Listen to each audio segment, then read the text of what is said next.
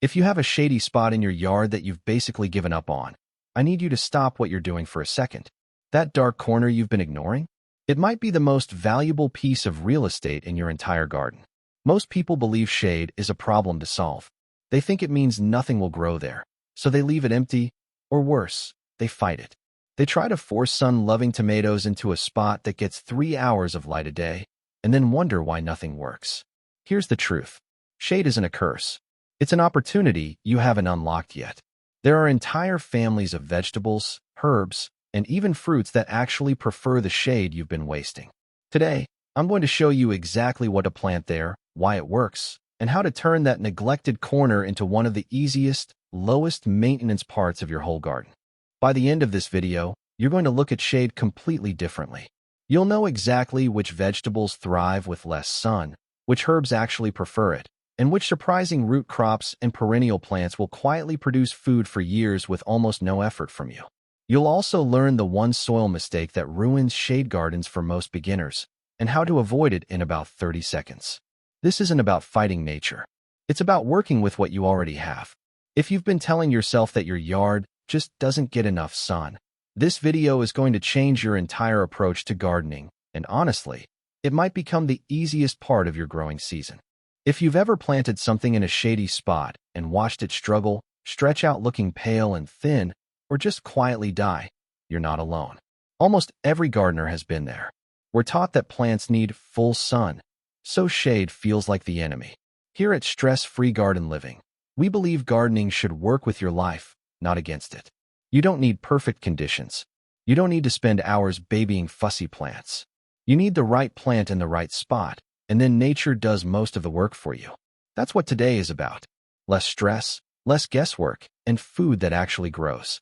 Before we get into the full list, I want to tell you about one plant later in this video that most people have never even considered growing at home. It's a perennial that can live in a shady corner for years, needs almost no care once it's established, and quietly rewards you every single season without you lifting a finger. Stick around, because this one might completely change how you think about that dark space in your yard. Point 1. What shade actually means.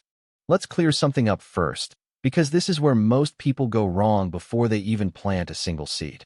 When we say shade, we don't mean total darkness. There's a big difference between full shade, partial shade, and dappled shade. Full shade means less than 3 hours of direct sun a day. Partial shade means 3 to 6 hours. Dappled shade is that flickering light you get under a tree canopy, where sunlight filters through leaves throughout the day. Here's why this matters so much. Most plants labeled as shade-tolerant still need at least 2 to 4 hours of filtered light to actually produce food. They don't grow in pitch darkness. They just don't need the blazing, all-day sun that something like a tomato plant demands. Picture your shady corner right now. Watch it for one day. Notice when the light hits it, and for how long. That single observation will tell you more than any plant tag ever could. Once you know your light type, everything else becomes easy, because you're not guessing anymore. You're matching the right plant to the right space, and that's the entire secret to stress-free gardening. Point 2. Leafy greens are the MVPs. Now let's get into the good stuff, starting with the easiest win in your entire shade garden. Leafy greens. Lettuce, spinach, arugula, mustard greens, and kale are basically begging for a shady spot. Here's the benefit. These greens actually prefer cooler, shadier conditions, especially once the weather warms up.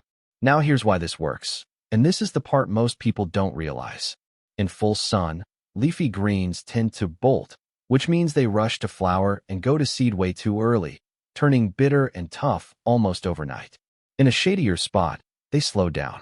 They stay tender, mild, and productive for much longer. Picture this.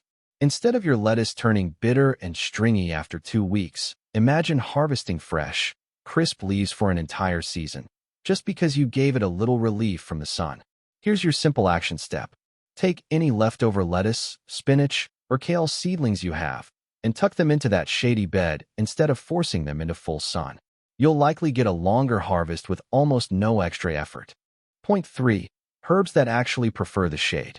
Pattern interrupt time, because this one surprises almost everyone. You've probably been told herbs need full sun. For most, that's true. But mint, parsley, cilantro, chives, and lemon balm are the exception, and they genuinely thrive with some shade. Here's the benefit. These herbs actually do better protected from harsh afternoon sun, especially in hot climates. Here's why.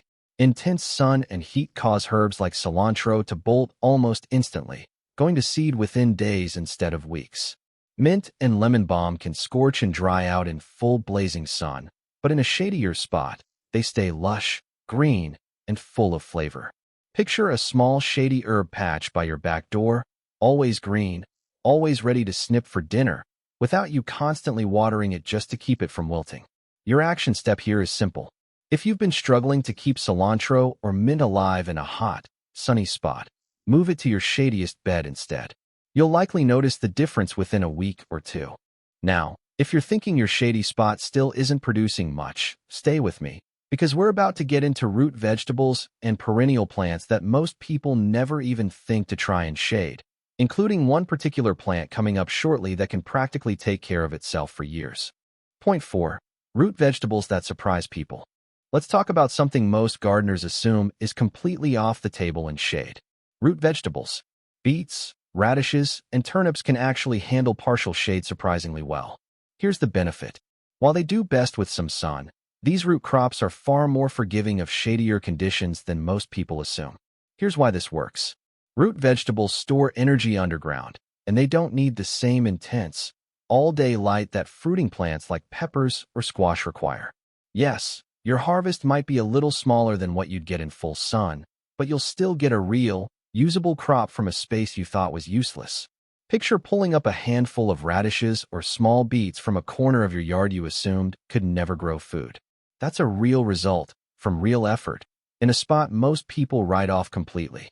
Your action step is easy.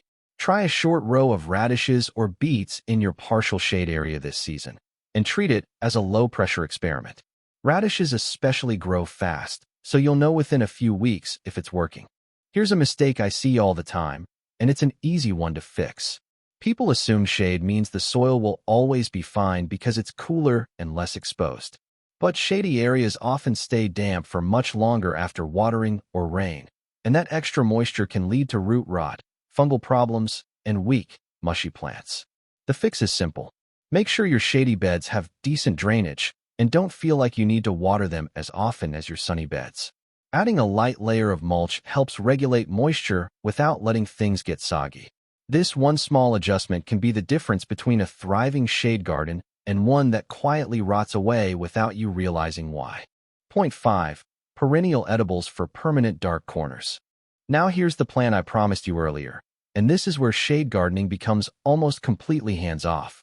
For truly dark, permanent shady corners, perennial edibles like rhubarb, wild garlic, also known as ramps, and certain shade-tolerant currant or gooseberry varieties are incredible options. Here's the benefit. These plants aren't just shade-tolerant. They're often long-term, low-maintenance investments. Plant them once, and they'll come back year after year with very little care. Here's why this works so well.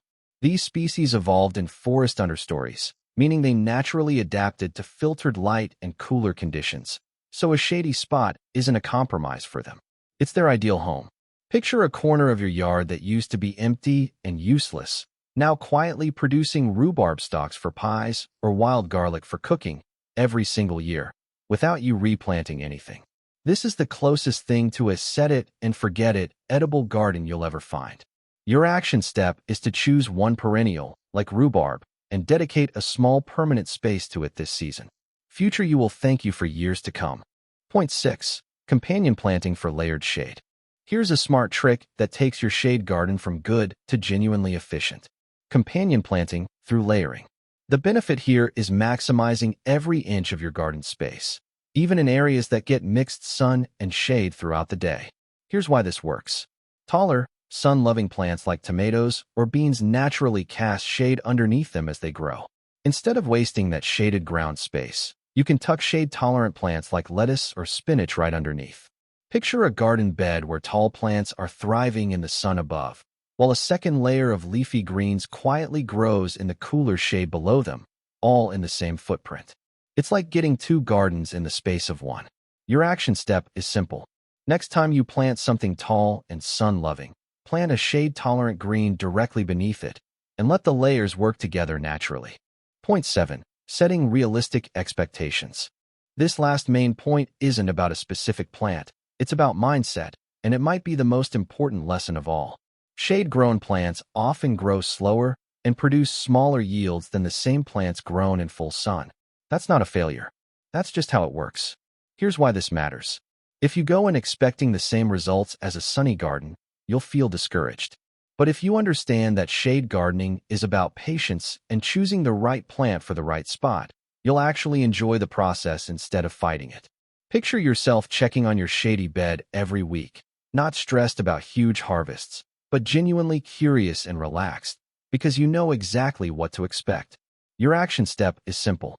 Before you plant anything, ask yourself if you're choosing this plant because it fits the space, or because you're hoping the space will change to fit the plant. That one question will save you a lot of frustration. Here's the tip that ties everything together, and it's the one most people miss completely. Stop trying to make your shady spot behave like a sunny one. The moment you accept the shade for what it actually is and choose plants that are naturally built for it, everything gets easier. No more fighting with dying seedlings. No more wasted seed packets. No more guilt over that useless corner of your yard. Instead, you get a quiet, low-maintenance section of your garden that basically runs itself. Leafy greens that stay tender longer. Herbs that don't scorch in the heat. Root vegetables you didn't expect. Perennials that come back year after year. All of it, growing steadily, with far less work than your sunny beds ever required. That shady spot isn't a limitation. It's one of the smartest, most efficient parts of your entire garden, once you know how to use it. So here's the big takeaway. Shade isn't something to fight or fix. It's something to work with. Once you understand your light conditions, choose the right leafy greens, herbs, root vegetables, and perennials, and pay attention to soil moisture. That dark corner transforms from a problem into one of the easiest, most productive spots in your yard. This is exactly what stress-free gardening looks like. Less forcing, less guessing, and better results, simply because you're working with nature instead of against it. You don't need perfect sun. You don't need a huge yard. You just need the right plant, in the right spot, and a little patience. If this video helped you see your garden differently, do me a favor and hit subscribe, because we're all about smart, effortless gardening here, the kind that gives you more food and more enjoyment with a lot less stress and effort. I want to hear from you now. Which of these shade-friendly plants are you going to try first? And what does your shady corner actually look like? Full shade, partial shade, or dappled light? Drop it in the comments along with your growing zone or climate, and I'll help point you toward the best options for your specific space. Let's turn that wasted shade into one of the best parts of your garden together.